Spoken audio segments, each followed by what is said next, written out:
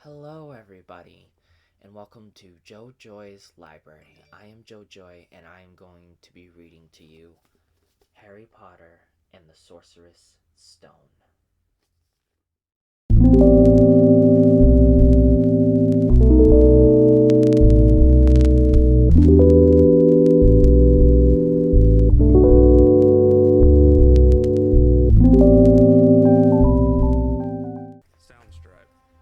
Welcome back. Well, I should say welcome to the first video that I'm going to be uploading here on this channel. We're reading, obviously, Harry Potter. We're going to delve into Chapter 1 of Harry Potter. I believe the chapter is called The Boy Who Lived. Harry Potter and the Sorcerer's Stone is by J.K. Rowling. And what we are going to do is, now that I have multiple YouTube channels, I have to set up my reaction channel, and I'm going to get a few reaction videos on the reaction channel, and then after we finish reading this book, I will watch the first movie on the reaction channel, and then we will do a book to movie comparison on this channel. Okay? We will do that for just about every book that we read on here. Anyways, for at least for the books that have movies out for them. I did want to do Percy Jackson.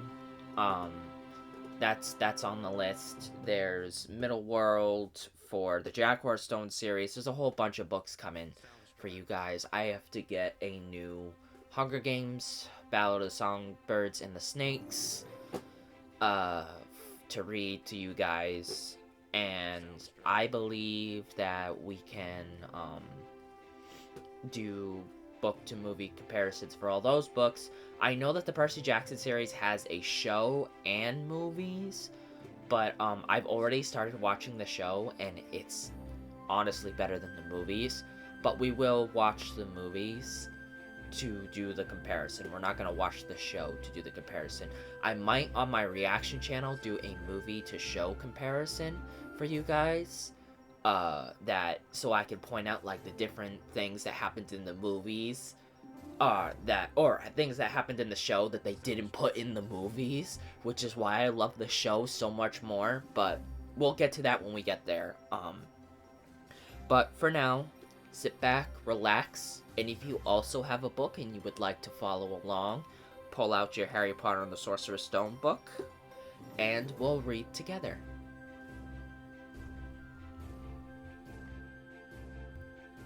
Harry Potter and the Sorcerer's Stone by J.K. Rowling. Illustrations by Mary Grandpre. I hope I said that last name right. That is a very fancy last name. But moving on. Chapter 1, The Boy Who Lived. Mr. and Mrs. Dursley of number 4 Private Privy Drive were proud to say that they were perfectly normal, thank you very much. They were the last people you would expect to be involved in anything strange or mysterious, because they just didn't hold with such nonsense. Mr. Dursley was the director of a film called Grunnings, which made drills. He was a big, beefy man with hardly any neck, although he did have a very large mustache. Mrs. Dursley was thin and blonde and had nearly twice the usual amount of neck, which came in very useful as she spent so much of her time craning over garden fences, spying on the neighbors. The Dursleys had a small son called Dudley, and in their opinion there was no finer boy anywhere. The Dursleys had everything they wanted, but they also had a secret, and their greatest fear was that somebody would discover it.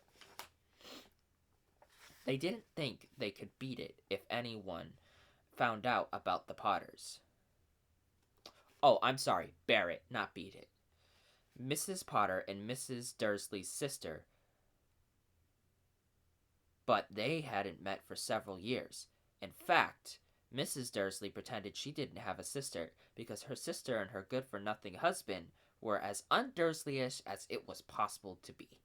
The Dursleys shuddered to think what the neighbors would say if the Potters arrived in the street. The Dursleys knew that the Potters had a small son, too, but they had never even seen him. This boy was another good reason for keeping the Potters away. They didn't want Dudley mixing with a child like that. When Mr. and Mrs. Dursley woke up on the dull, gray Tuesday, our story starts. There was nothing about the cloudy sky outside to suggest that strange and mysterious things would soon be happening all over the country. Mr. Dursley hummed as he picked out his most boring tie for work, and Mrs. Dursley gossiped away happily as she wrestled a screaming Dudley into his high chair. None of them noticed a large, tawny owl flutter past the window. At 8:30, Mr. Dursley picked up his briefcase, pecked Mrs. Dursley on the cheek, and tried to kiss Dudley goodbye, but missed. Because Dudley was now having a tantrum and throwing his cereal at the walls. "Little tyke," chortled Mr. Dursley as he left the house. He got into his car and backed out of number 4's drive. It was on the corner of the street that he noticed the first sign of something peculiar. Sorry. So in England they say this word very different than us. Peculiar, not peculiar. A cat reading a map. For a second, Mr. Dursley didn't realize what he had seen. Then he jerked his head around to look again. There was a tabby cat standing on the corner of Privy Drive. But there wasn't a map in sight. What could he have been thinking of? It must have been a trick of the light. Mr. Dursley blinked and stared at the cat. It stared back. As Mr. Dursley drove around the corner and up the road, he watched the cat in his mirror. It was now reading the sign that said Privy Drive. No. Looking at the sign. Cats couldn't read maps or signs. Mr. Dursley gave himself a little shake and put the cat out of his mind. As he drove towards town, he thought of nothing except a large order of drills he was hoping to get this day. But on the edge of town, drills were driven out of his mind by something else. As he sat in the usual morning traffic jam, he couldn't help noticing that there seemed to be a lot of strangely dressed people about, people in cloaks. Mr. Dursley couldn't bear people who dressed in funny clothes, the get-ups you saw on young people. He supposed this was some stupid new fashion.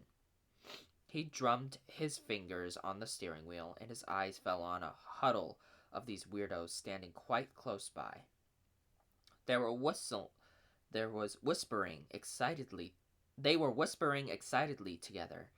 Mr. Dursley was enraged to see that a couple of them weren't young at all. Why, that man had to be older than he was, and wearing an emerald green cloak. The nerve of him! But then it struck Mr. Dudley that this was probably some silly stunt. These people were obviously collecting for something. Yes, that would be it. The traffic moved on, and a few minutes later Mr. Dursley arrived in the Grunnings parking lot, his mind back on drills. Mr. Dursley always sat with his back to the window in his office on the 9th floor. If he hadn't, he might have found it harder to concentrate on drills that morning. He didn't see the owls swooping past in broad daylight, though people down in the street did. They pointed and gazed open-mouthed as owl after owl sped overhead. Most of them had never seen an owl even at nighttime. Mr. Dursley, however, had a perfectly normal owl-free morning. He yelled at 5 different people. He made several important telephone calls and shouted a bit more. He was in a very good mood until lunchtime, when he thought he'd stretch his legs and walk across the road to buy himself a bun from the bakery. He'd forgotten all about the people in cloaks until he passed a group of them next to the baker's. He eyed them angrily as he passed. He didn't know why, but they made him uneasy. This bunch were whispering excitedly too, and he couldn't see a single collecting tin. It was on his way back past them, clutching a large donut in a bag, that he caught a few words of what they were saying. I'm a little stuffy. The Potters. That's right. That's what I heard. Yes, their son, Harry. Mr. Dursley stopped dead. Fear flooded him. He looked back at the whisperers as if he wanted to say something to them, but thought better of it. He dashed back across the road, hurried up to his office, snapped at his secretary not to disturb him, seized his telephone, and had almost finished dialing his home number when he changed his mind. He put the receiver back down and stroked his mustache, thinking, no, he was being stupid. Potter wasn't such an unusual name. He was sure there was lots of people called Potter who had a son called Harry. Come to think of it, he wasn't even sure his nephew was called Harry. He'd never even seen the boy. It might have been Harvey or Harold. There was no point in worrying Mrs. Dursley. She always got so upset at any mention of her sister. He didn't blame her, if he had a sister like that. But all the same, those people in cloaks. He found it a lot harder to concentrate on drills that afternoon, and when he left the building at 5 o'clock, he was still so worried that he walked straight into someone just outside the door. Sorry, he grunted, as the tiny old man stumbled and almost fell. It was a few seconds before Mr. Dursley realized that the man was wearing a violet cloak. He didn't seem at all upset at being almost knocked to the ground. On the contrary, his face split into a wide smile, and he said in a squeaky voice that made passersby stare, "Don't be sorry, my dear sir, for nothing could upset me today. Rejoice, for you know who has gone at last. Even muggles like yourself should be celebrating this happy, happy day." And the old man hugged Mr. Dursley around the middle and walked off. Mr. Dursley stood rooted to the spot. He had been hugged by a complete stranger. He also thought he had been called a muggle, whatever that was. He was rattled. He hurried to his car and set off for home, hoping he was imagining things, which he had never hoped before because he didn't approve of imagination. As he pulled into the driveway of number 4, the first thing he saw, and it didn't improve his mood, was the tabby cat he spotted that morning.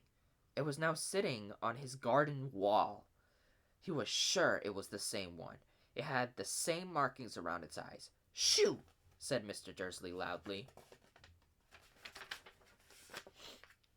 The cat didn't move. It just gave him a stern look. Was this normal cat behavior? Mr. Dursley wondered. Trying to pull himself together, he let himself into the house. He was still determined not to mention anything to his wife. Mrs. Dursley had had a nice, normal day. She told him over dinner all about Mrs. Next Door's problem with her daughter and how Dudley had learned a new word, won't. Mr. Dursley tried to act normal. When Dudley had been put to bed, he went into the living room in time to catch the last report in the evening news. And finally, bird watchers everywhere have reported that the nation's owls have been behaving very unusually today. Although owls normally hunt at night and are hardly ever seen in daylight, there have been hundreds of sightings of these birds flying in every direction since sunrise. Experts are unable to explain why the owls have suddenly changed their sleeping patterns. The newscaster allowed himself a grin. Most mysterious. And now, over to Jim McGuffin with the weather. Going to be any more showers of owls tonight, Jim? Well, Ted, said the weatherman, I don't know about that, but it's not only the owls that have been acting oddly today. Viewers as far apart as Kent, Yorkshire, and Dundee have been phoning in to tell me that instead of the rain I promised yesterday, they've had a downpour of shooting stars. Perhaps people have been celebrating bonfire night early. It's not until next week, folks. But I can promise a wet night tonight. Mr. Dursley sat frozen in his armchair. Shooting stars all over Britain? Owls flying by daylight? Mysterious people in cloaks all over the place? And a whisper about the Potters. Mrs. Dursley came into the living room carrying 2 cups of tea. It was no good. He'd have to say something to her. He cleared his throat nervously. Petunia, dear, you haven't heard from your sister lately, have you? As he had expected, Mrs. Dursley looked shocked and angry. After all, they normally pretended she didn't have a sister. No, she said sharply. Why? Funny stuff on the news, Mr. Dursley mumbled. Owls shooting stars. There was a lot of funny looking people in town today. So? Snapped Mrs. Dursley. Well, I just thought maybe it was something to do with, her crowd. Mrs. Dursley sipped her tea through pursed lips. Mr. Dursley wondered what he dared to tell her. He'd heard the name Potter. He decided he didn't dare. Instead, he said, as casual as he could, their son. He'd be about Dudley's age now, wouldn't he? I suppose so, said Mrs. Dursley stiffly. What's his name again? Howard, isn't it? Harry. Nasty common name, if you ask me. Oh, yes, said Mr. Dursley, his heart sinking horribly. Yes, I quite agree. He didn't say another word on the subject as they went upstairs to bed. While Mrs. Dursley was in the bathroom, Mr. Dursley crept to the bedroom window and peered down into the front garden. The cat was still there. It was staring down Privy Drive as though it were waiting for something. Was he imagining things? Could all this have anything to do with the Potters? If it got out that they were related to a pair of, well, he didn't even think he could bear it. The Dursleys got into bed.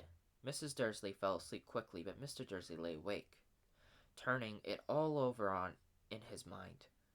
His last comforting thought before he fell asleep was even if the Potters were involved, there were no reason for them to come near him and Mrs. Dursley. The Potters knew very well that he and Petunia thought about them and their kind. The Potters knew very well what he and Petunia thought about them and their kind. Sorry, I confused myself. He couldn't see how he and Petunia could get mixed up in anything that might be going on. He yawned and turned over. It couldn't affect them. How very wrong he was. Mr. Dursley might have been drifting into an uneasy sleep, but the cat on the wall outside was showing no signs of sleepiness. It was sitting as still as a statue, its eyes fixed obliquely on the far corner of Privy Drive. It didn't so much as quiver when a car door slammed on the next street, nor when two owls swooped overhead. In fact, it was nearly midnight before the cat moved at all. A man appeared on the corner the cat had been watching. Appeared so suddenly and silently, you'd have thought he'd just popped out of the ground. The cat's tail twitched and its eyes narrowed. Excuse me. Nothing like this man had ever been seen on Privy Drive. He was tall, thin, and very old, judging by the silver of his hair and beard, which were both long enough to tuck it to his belt. He was wearing long robes, a purple cloak that swept the ground, and high-heeled buckled boots. His blue eyes were light, bright, and sparkling behind half-moon spectacles, and his nose was very long and crooked, as though it had been broken at least twice. This man's name was Albus Dumbledore. Albus Dumbledore didn't seem to realize that he had just arrived in a street where everything from his name to his boots was unwelcome. He was busy rummaging in his cloak, looking for something, but he didn't seem to realize he was being watched, because he looked up suddenly at the cat, which was still staring at him from the other end of the street. For some reason, the sight of the cat seemed to amuse him. He chuckled and muttered, I should have known. He found out what he was looking for in his inside pocket. It seemed to be a silver cigarette lighter. He flicked it open, held it up in the air, and clicked it. The nearest street lamp went out with a little pop. He clicked it again. The next lamp flickered into darkness. 12 times he clicked the put-outer, until the only lights left on the whole street were 2 tiny pinpricks in the distance, which were the eyes of the cat watching him. If anyone looked out of their window now, even beady-eyed Mrs. Dursley, they wouldn't be able to see anything that was happening down on the pavement. Dumbledore slipped the put-outer back inside his cloak and set off down the street toward number 4, where he sat down on the wall next to the cat. He didn't look at it, but after a moment he spoke to it. "Fancy seeing you here, Professor McGonagall."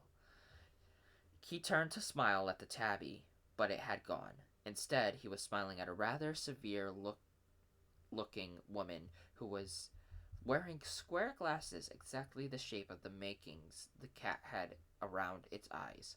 She too was wearing a cloak, an emerald one. Her black hair was drawn into a tight bun. She looked distinctly ruffled. "How did you know it was me?" she asked. "My dear Professor, I've never seen a cat sit so stiffly."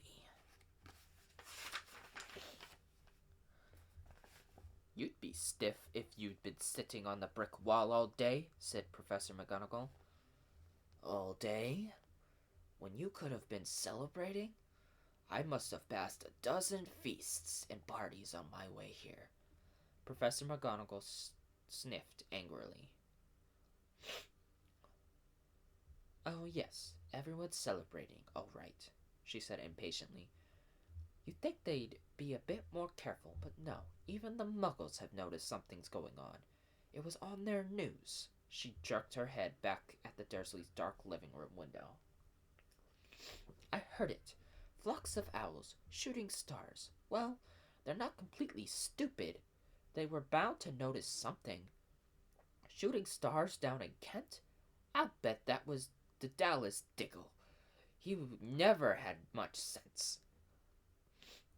"You can't blame them," said Dumbledore gently. "We've had precious little to celebrate for 11 years. "I know that," said Professor McGonagall irritably. "That's no reason to lose our heads. People are being downright careless. Out on the street in broad daylight, not even dressed in Muggle clothes, swapping rumors." She threw a sharp sideways glance at Dumbledore here, as though hoping he was going to tell her something, but he didn't. So she went on. "A fine thing it would be if, on the very day you-know-who seems to have disappeared at last, the Muggles found out about us all. I suppose he really has gone, Dumbledore." "It certainly seems so," says Dumbledore. "We have much to be thankful for. Would you care for a lemon drop?" "A what?" "A lemon drop. They're a kind of Muggle sweet I'm rather fond of." "No, thank you," says Professor McGonagall coldly, as though she didn't think this was the moment for lemon drops. "As I say, even if you-know-who has gone, my dear Professor, surely a sensible person like yourself can call him by his name. All this you-know-who nonsense for 11 years? I have been trying to persuade people to call him by his proper name, Voldemort." Professor McGonagall flinched, but Dumbledore, who was sticking 2 lemon drops, seemed not to notice. "It all gets so confusing if we keep saying you-know-who. I have never seen any reason to be frightened of saying Voldemort's name." "I know you haven't," said Professor McGonagall, sounding half exasperated, half admiring. "But you're different.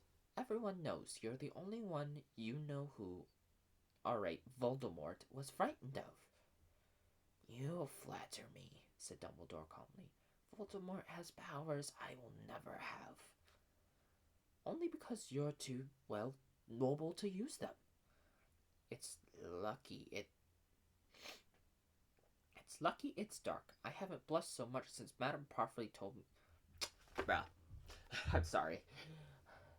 It's lucky it's dark. I haven't blushed so much since Madame Pomfrey told me she liked my new earmuffs."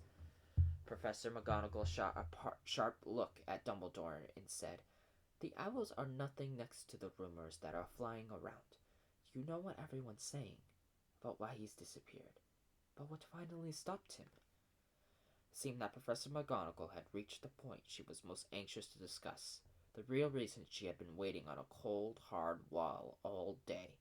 For neither as a cat nor as a woman had she fixed Dumbledore with such a piercing stare as she did now. It was plain that whatever everyone was saying, she was not going to believe it until Dumbledore told her it was true. Dumbledore, however, was choosing another lemon drop and did not answer. What they're saying, she pressed on, is that last night Voldemort turned up in Godric's Hollow. He went to find the Potters. The rumor is that Lily and James Potter that they're dead. Dumbledore bowed his head. Professor McGonagall gasped. Lily and James? I can't believe it. I didn't want to believe it. Oh, Albus. Dumbledore reached out and patted her on the shoulder. I know, he said heavily. Professor McGonagall's voice trembled as she went on. That's not all. That's not all they're saying. They're saying he tried to kill the Potter's son, Harry, but he couldn't. He couldn't kill the little boy. No one knows why or how, but they're saying that when he couldn't kill Harry Potter, Voldemort's power somehow broke, and that's why he's gone. Dumbledore nodded glumly. It's true, faltered Professor McGonagall. After all he's done, all the people he's killed, he couldn't kill a little boy? It's just astounding of all the things to stop him. But how in the name of heaven did Harry survive? We can only guess, said Dumbledore. We may never know. Professor McGonagall pulled out a lace handkerchief and dabbed her eyes beneath her spectacles. Dumbledore gave a great sniff as he took a golden watch from his pocket and examined it. It was a very odd watch. It had 12 hands, but no numbers. Instead, little planets were moving around the edge. It must have made sense, to Dumbledore, though, because he put it back in his pocket and said, Hagrid's late. I suppose it was he who told you I'd be here, by the way. Yes, said Professor McGonagall. And I don't suppose you're going to tell me why you're here of all places? I've come to bring Harry to his aunt and uncle. They're the only family I read that in the wrong voice. I apologize. It was Professor McGonagall who said that. I've come to bring Harry to his aunt and uncle. They're the only family he has left now. You can't mean the people who live here, cried Professor McGonagall, jumping to her feet and pointing at number 4. Dumbledore, you can't. I've been watching them all day. You couldn't find 2 people who are less like us. And they've got this son. I saw him kicking his mother all the way up the street, screaming for sweets. Harry Potter come and live here? It's the best place for him, said Dumbledore firmly. His aunt and uncle will be able to explain everything to him when he's older. I've written them a letter. A letter? Repeated Professor McGonagall faintly, sitting back down on the wall. Really, Dumbledore, you think you can explain all this in a letter? These people will never understand him. He'll be famous, a legend. I wouldn't be surprised if today was known as Harry Potter Day in the future. There will be books written about Harry. Even every child in our world will know his name. Exactly, said Dumbledore, looking very serious over the top of his half-moon glasses.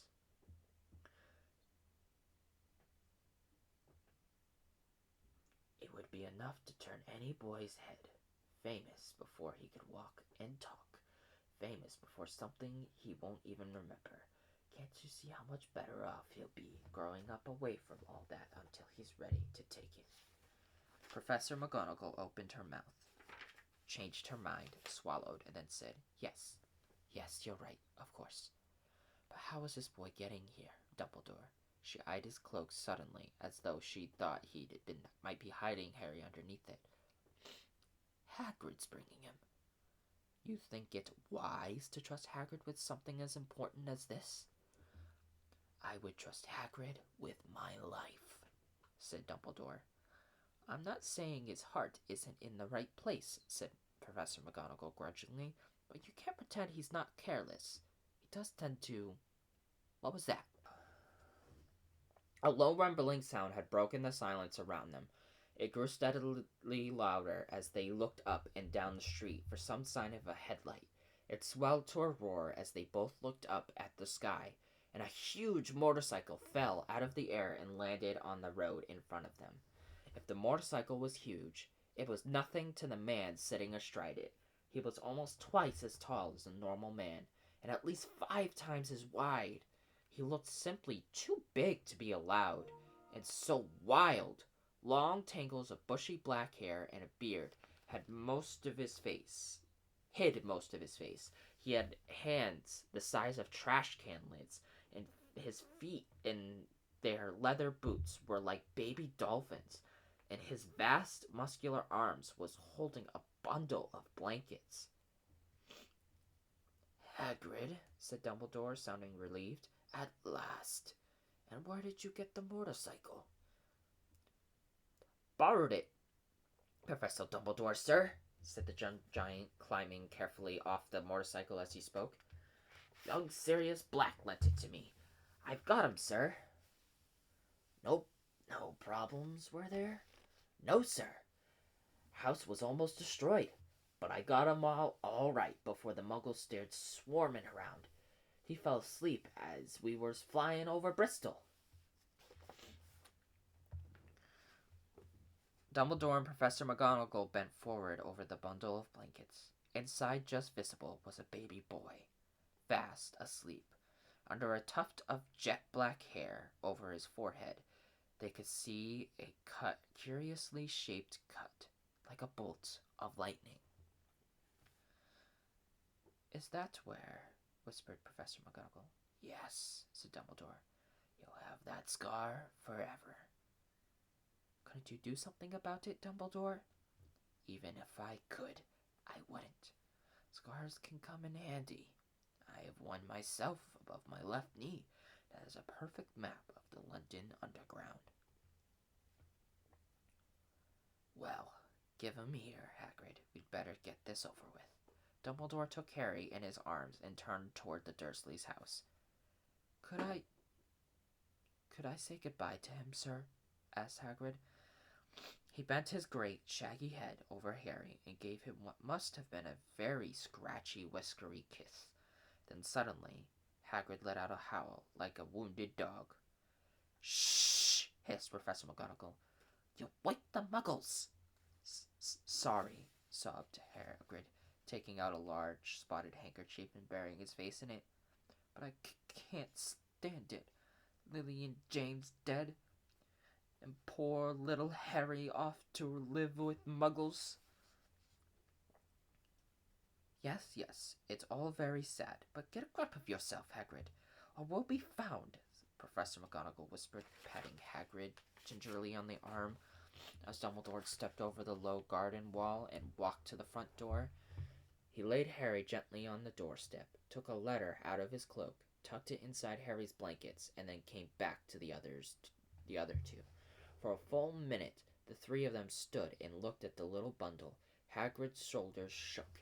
Professor McGonagall blinked furiously, and the twinkling light that usually shone from Dumbledore's eyes seemed to have gone out.